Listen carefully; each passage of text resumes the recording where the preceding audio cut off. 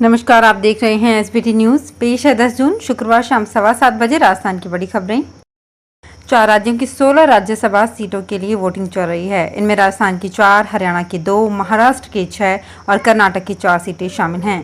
सबसे ज्यादा उठापटक राजस्थान एवं हरियाणा में देखी जा रही है। राजस्थान में भाजपा की शोभा रानी ने कांग्रेस उम्मीदवार प्रमोद तिवारी को वोट दिया है। हरियाणा में कांग्रेस के 2 वोट रद्द हो गए हैं। वहीं किरण चौधरी और बीबी पत्रा ने एजेंट के अलावा दूसरे व्यक्ति को वोट दिखाया था। हरियाणा के ही निर्दलीय विधायक बलराज कुंडू ने राज्यसभा चुनाव में मतदान नहीं करने का ऐलान किया। इससे कांग्रेस के माकन की राह और मुश्किल हो गई है। राजस्थान में राज्यसभा चुनाव की वोटिंग के दौरान भाजपा खेमे से बुरी खबर आई है।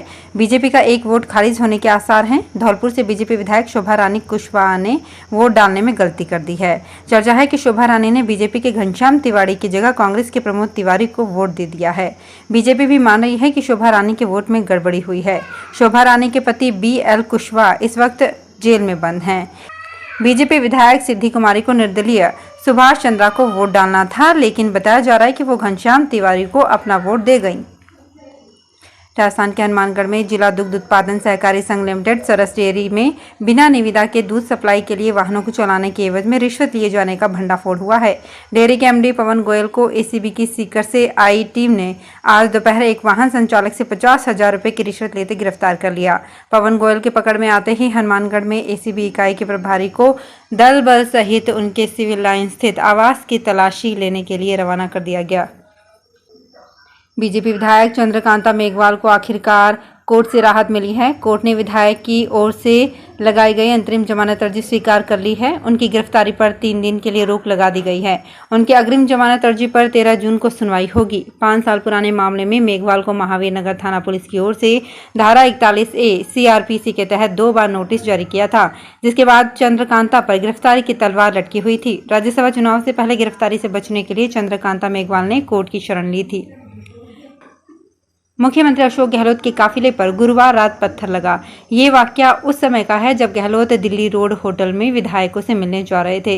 रात करीब 8:15 बजे RAC कट के पास CM कार को स्कॉट कर रही इनोवा के गेट पर पत्थर लगा, जिस पर कार में सवार अधिकारियों ने पुलिस कंट्रोल रूम को कार पर पत्थर मारने की जानकारी दी। सूचना मिलते ही ACP रामगंज, गलता गेट SHO, ट्रांसपोर्ट नगर SHO मौके पर पहुंचे। अनुमान लगाया जा रहा है कि संभवतः सड़क से उछलकर पत्थर लगा हो। जयपुर की SMS हॉस्पिटल थाना पुलिस ने शुक्रवार को 2 शातिर मोबाइल चोरों को गिरफ्तार किया है। पुलिस ने आरोपियों के कब्जे से चोरी के 21 मोबाइल और चोरी की 1 स्कूटी बरामद की है। मोबाइल चोरी की ज्यादातर वारदात दोनों आरोपियों ने इसी हॉस्पिटल में की है। पुलिस पूछताछ में कई अहम खुलासे होने की संभावना जताई जा रही है।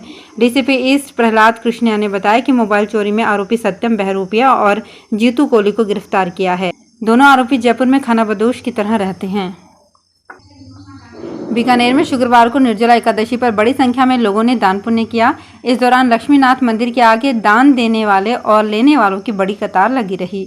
वहीं शहर में जगह जगह लोग शरबत, शिकंजी, लस्सी सहित अनेक पेय पदार्थ भी पिलाते नजर आए। निर्जला एकादशी पर दान पुण्य करने का महत्व बताया गया है। ऐसे में महिलाएं इस दिन विशेष तौर पर दान करती हैं। लक्ष्मीनाथ मंदिर के आगे सुबह 5 बजे से कतार लगनी शुरू हो गई। बड़ी संख्या में दान देने वाले भी पहुंचे। रोज शुरू हो रहे नए स्टार्टअप के बीच कंपटीशन बढ़ता जा रहा है। लोग नए नए इनोवेशन कर रहे हैं। ऐसे में अपने बिजनेस को आगे कैसे बढ़ाएं? फेमस इनोवेशन के फाउंडर और चीफ क्रिएटिव ऑफिसर और एडवर्टाइजिंग मास्टर राज कांबले ने शुक्रवार को इसी विषय पर चर्चा की। इस मौके पर हुए टॉक शो में राज कांबले ने बताया कि आइडिया किसी भी प्रोडक्ट से बड़ा होता है, हम उसी को बेचते हैं, प्रोडक्ट को नहीं। अजमेर विकास प्राधिकरण ब्रिटिश काल में बने अजमेर के सर्किट हाउस पर 65 मीटर ऊंचा तिरंगा लहराएगा। प्राधिकरण ने इसके लिए जयपुर की एक कंपनी को 44,82,000 रुपए का ठेका दे दिया है। तिरंगा लगाने का काम 3 माह में पूरा करना होगा। प्राधिकरण ने यहां तिरंगा लगाने की कवायद जनवरी में शुरू की थी। सर्किट हाउस बनने के बाद ये पहला अवसर होगा जब राष्ट्रीय ध्वज भवन पर लहराता दिखेगा। ये अजमेर का सबसे ऊंचा तिरंगा होगा। सर्किट हाउस के नीचे ही शहीद स्मारक भी बनाया गया है। हिल स्टेशन माउंट आबू में अतिक्रमण एवं कृषि भूमि पर की जा रही व्यावसायिक गतिविधियों के सिलसिले नेशनल ग्रीन ट्रिब्यूनल में दायर रिट लोकेंद्र सिंह बनाम राज्य सरकार को लेकर अब कई सवाल खड़े होने लगे हैं। हालांकि इस मामले में NGT ने 3 सदस्यीय कमेटी गठित कर जुलाई माह में उससे रिपोर्ट मांगी है। उधर प्रशासन ने भी इस मामले में संबंधित को नोटिस जारी कर जवाब तलब किया है। NGT में लोकेंद्र सिंह की ओर से दायर रिट में अम्बेडकर कॉलोनी, माली कॉलोनी, इंदिरा कॉलोनी, कई गेस्ट हाउस अधर देवी के पास, नक्की झील के पास, चाचा सराय के पास अतिक्रमण की बिक्री होना बताया गया है। राज्यसभा चुनाव से पहले एक बार फिर से सरकार गिराने का मुद्दा सामने आया है। इस चुनाव से पहले किशनगढ़ बास के एमएलए दीपचंद खैरिया ने ये कहकर चौंका दिया है कि वो 60 करोड़ रुपए में भी नहीं बिके। भाजपा ने उन्हें ये ऑफर दिया था, अब पूरी तरह से कांग्रेसी हैं। उन्होंने दावा किया कि पूर्व मुख्यमंत्री भैरव सिंह शेखावत के समय तो उनके पास मंत्री बनाने का ऑफर था, उसे भी ठुकरा दिया था।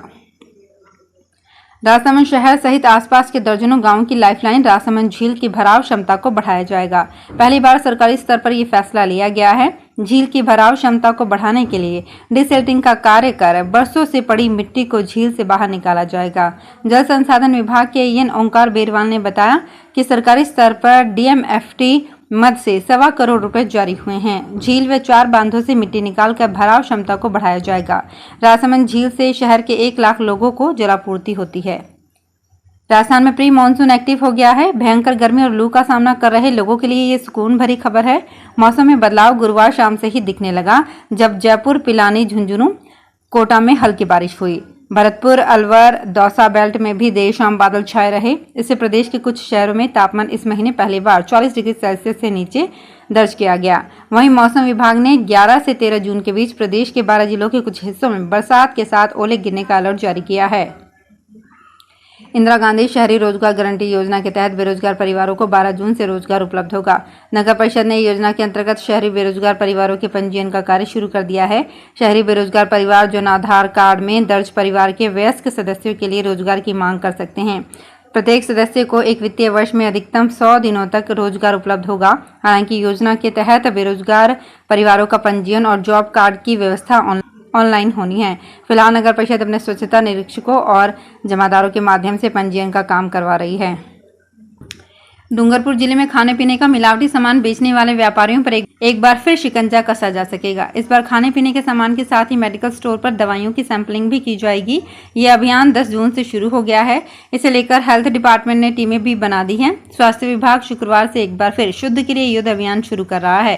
सीएमएचओ डॉक्टर राजेश शर्मा ने बताया कि अभियान के तहत खाने पीने के सामान में मिलावट करने वालों पर सख्ती बरती जाएगी। राजसमंद जिले के नाथद्वारा में हॉस्पिटल में मरीजों के परिजनों की सुविधा के लिए बनाए जा रहे आश्रय भवन के निर्माण में भ्रष्टाचार का मामला सामने आया है। आपको बता दें कि नगर पालिका नाथद्वारा की ओर से बनाए जा रहे इस भवन में करीब 45 लाख की लागत आनी है। वहीं भवन के लिए किए जा रहे निर्माण में घटिया सामग्री का इस्तेमाल हो रहा है। ठेकेदार बजरी की जगह सैंड डस्ट का इस्तेमाल कर रहे हैं। आश्रय भवन का ठेका एक निजी कंपनी को दिया हुआ है। तो फिलहाल इस बुलेटिन में इतना ही। फिर हाजिर होंगे कुछ और बड़ी खबरों के साथ। अगर आप भी अपने आसपास की छोटी बड़ी और महत्वपूर्ण खबरों से अपडेट रहना चाहते हैं तो सब्सक्राइब कीजिए हमारे चैनल एसबीटी न्यूज को और प्रेस कीजिए बेल आइकन पर।